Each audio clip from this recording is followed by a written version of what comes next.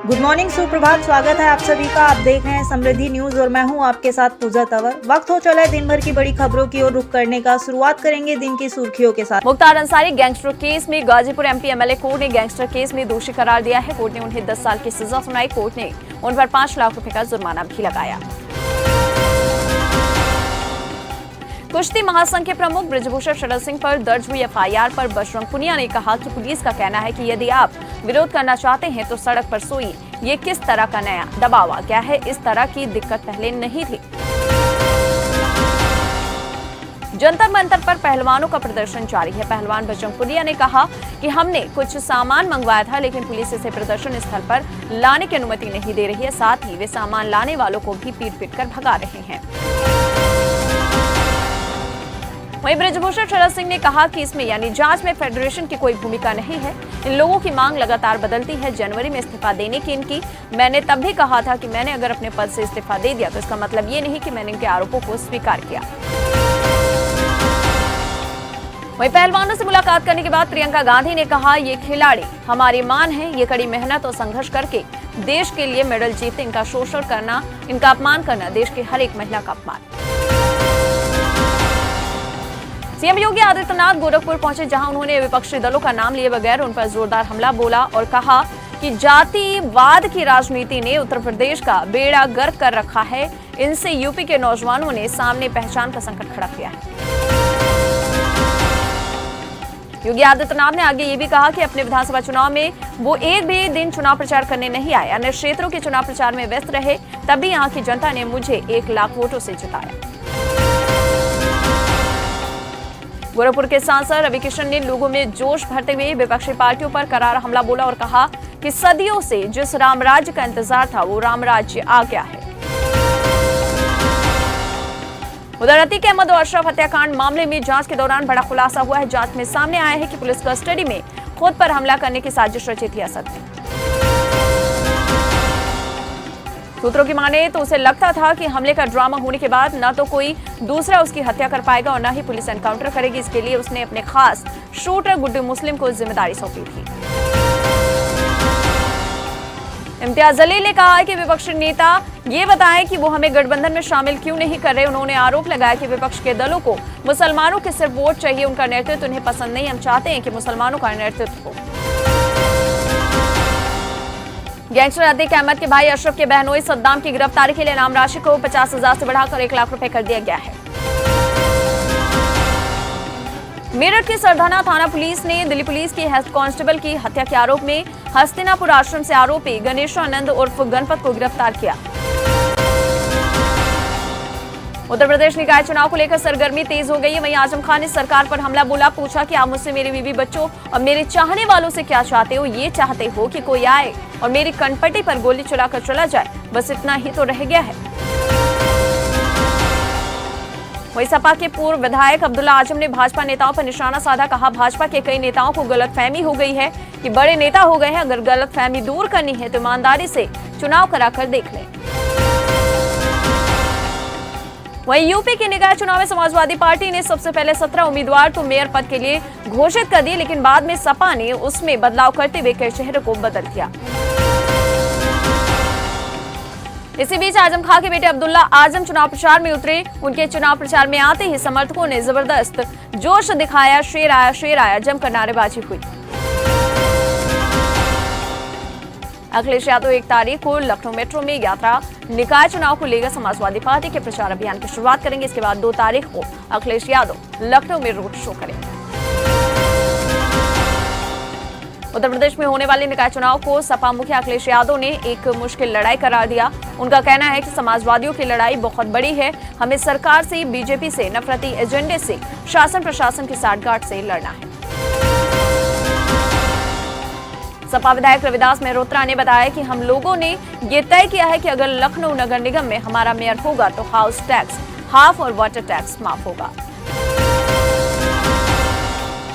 BJP में शामिल होने वाले सपा के राष्ट्रीय महासचिव शिवपाल यादव के खास अजय त्रिपाठी मुन्ना ने कहा कि सपा में शिवपाल यादव की नहीं सुनी जा रही है।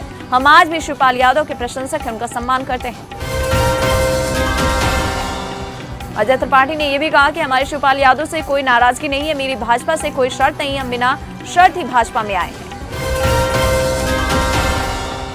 यूपी निकाय चुनाव से पहले बीजेपी ने कांग्रेस में सेंधमारी करते हुए नगर अध्यक्ष दिलप्रीत सिंह समेत कई नेताओं को पार्टी में शामिल कर दिया। निकाय चुनाव से पहले इसे कांग्रेस के लिए झटके के तौर पर देखा जा रहा है।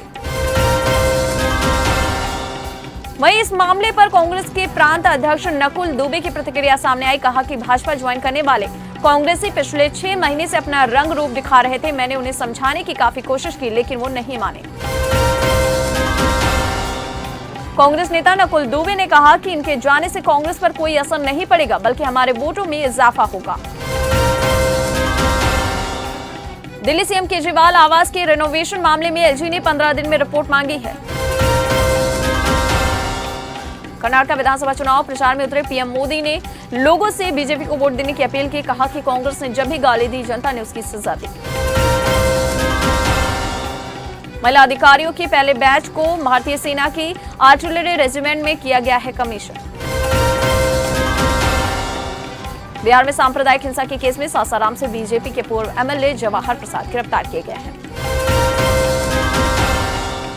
मानहानि केस में सजा को चुनौती देते हुए गुजरात हाईकोर्ट के भीतर राहुल गांधी के वकील अभिषेक मनु सिंघवी ने कहा, शिकायतकर्ता का कहना है कि आरोपी यानी राहुल गांधी ने उनका नाम नहीं लिया। सिंघवी ने कहा कि पीएम मोदी इस मामले से नहीं जुड़े हैं, न ही उन्होंने केस किया। दिल्ली पुलिस पहलवानों की सुरक्षा मुहैया करवाएगी। आरोप है कि ब्रजभूषण शरण सिंह ने न केवल देश बल्कि विदेशों में भी अंतर्राष्ट्रीय आयोजनों के दौरान महिला पहलवानों का यौन शोषण किया। उधर पराली जलाने पर सीएक्यूएम को जुर्माना लगाने वाली शक्ति देने वाले नियम अधिसूचित। केंद्रीय जांच एजेंसी सीबीआई ने एम्स दिल्ली में रिश्वत लेने के जुर्म में एक असिस्टेंट इंजीनियर को गिरफ्तार किया। इंजीनियर पर आरोप है कि उसने रिश्वत के रूप में 20,000 की मांग की थी। अमित शाह ने कहा कि कांग्रेस पार्टी जब कर्नाटक में आई, उसने गरीबों किसानों की चिंता नहीं की। उन्होंने केवल और केवल यहां से धन दिल्ली पहुंचाने की चिंता की। पूर्व केंद्रीय मंत्री मुख्तार अब्बास नकवी ने पीएम मोदी के खिलाफ खरगे की टिप्पणी को लेकर मुख्य विपक्षी दल पर निशाना साधते हुए कहा कि गाली का सिर्फ गोल कांग्रेस की बदहाली का झोल बन गया है। नीतीश कुमार पूरे देश में विपक्षी एकता के नाम पर घूम रहे हैं और खुद को प्रधानमंत्री उम्मीदवार बता रहे हैं। आप 2024 में दलित समुदाय को बोलेंगे कि आपने एक दलित अफसर की हत्या करने वाले व्यक्ति को छोड़ दिया। आपको बता दें, एआईएमआईएम प्रमुख असदुद्दीन ओवैसी ने यह बयान दिया है आनंद मोहन की रिहाई पर। गांधी परिवार के लिए वफादारी दिखाने के लिए मल्लिकार्जुन खड़गे ऐसी बातें बोलते, उन्हें लगता है कि प्रधानमंत्री पद गांधी परिवार का अधिकार है, लेकिन जब भी उन्होंने ऐसी बातें बोली हैं, लोगों ने इसका जवाब दिया। ये बयान दिया केंद्रीय मंत्री प्रहलाद जोशी ने। असदुद्दीन ओवैसी ने कहा कि हम सत्यपाल मलिक से पूछना चाह रहे हैं कि ये भारत से तुम्हारी कौन सी मोहब्बत है सत्यपाल मलिक? तुम गवर्नर की कुर्सी को बचाने के लिए भारत के शहीदों के खून से होली खेल रहे हो। अरे चुल्लू भर पानी में डूब मरो तुम। ब्रजभूषण शरण सिंह के समर्थन में कर्नलगंज से विधायक अजय सिंह समेत कई जनप्रतिनिधि उतरे हैं। इसे उन्होंने साजिश बताया।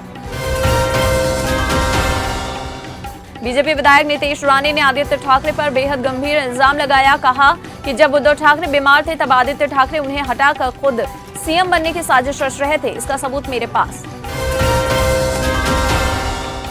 टीएमसी के सांसद और अभिनेता देव के भाई विक्रम अधिकारी ने आरोप लगाया कि टीएमसी नेताओं को कटमनी दिए बिना ही सरकारी योजना के तहत आवास नहीं मिलता। महाराष्ट्र के पालघर में अब होगी सीबीआई जांच। आपको बता दें, सरकार ने सुप्रीम कोर्ट को बताया। पहले आगरा में दिखते थे कूड़े के ढेर, अब स्मार्ट सिटी के रूप में हुआ है आगरा का विकास। इस दौरान सीएम योगी ने कहा, उत्तर प्रदेश में 6 साल में विकास के काफी काम हुए हैं। भारत की आबादी को लेकर जर्मनी में बनाए गए कार्टून को लेकर भारत में जर्मनी के राजदूत ने कड़ा ऐतराज जताया। कहा कि मैं मानता हूं कि कार्टून न ही फनी था और न ही सही था, उन्हें भारत के बारे में और पता करना चाहिए। हाल ही में दिल्ली सरकार ने एनसीआर में यात्रियों को बेहतर सुविधा देने और यात्रा को सुगम बनाने के लिए इंटरसिटी प्रीमियम बस सेवा योजना शुरू की है। इस सेवा में महिलाओं को फ्री यात्रा करने की सुविधा नहीं दी जाएगी। वहीं दिल्ली में रह रहे काम करने वाले मजदूरों के लिए अच्छी खबर है कि दिल्ली सरकार ने मजदूरों को डीटीसी बसों में मुफ्त में सफर करने के लिए सालाना पास देने की घोषणा की है। खबरों की माने तो दिल्ली में अब तक 13.4 लाख रजिस्टर्ड निर्माण मजदूर हैं। जल्दी निजी कंपनियों में महिलाएं पूरी तरह से सुरक्षा के साथ नाइट शिफ्ट में काम कर सकेंगी। दिल्ली सरकार ने इसका ड्राफ्ट तैयार किया है। श्रम विभाग जनता से इस पर सुझाव और आपत्तियां लेने के बाद अंतिम रूप देगा। 292 करोड़ रुपए और 149 किलो सोना जब्त। कर्नाटक में चला चुनाव आयोग का हंटर। चुनाव आयोग का कहना है कि दूसरे राज्यों में आचार संहिता के उल्लंघन के मुकाबले में कर्नाटक में सबसे ज्यादा दोष साबित हुआ है। पश्चिम बंगाल पुलिस के एसटीएफ ने हावड़ा से आतंकी गतिविधियों में शामिल होने वाले एक आरोपी को गिरफ्तार किया है। महाराष्ट्र में बेमौसम बरसात और ओले गिरने की घटनाओं ने कहर ढा दिया। 10 से ज्यादा लोगों की मौत, 1150 से 1200 के करीब मुर्गे और मुर्गियों की मौत हुई। अगले 5 दिनों के लिए ऑरेंज अलर्ट, येलो अलर्ट जारी। तो आज की बात बस यहीं तक। कल फिर होगी मुलाकात। जय हिंद, जय भारत।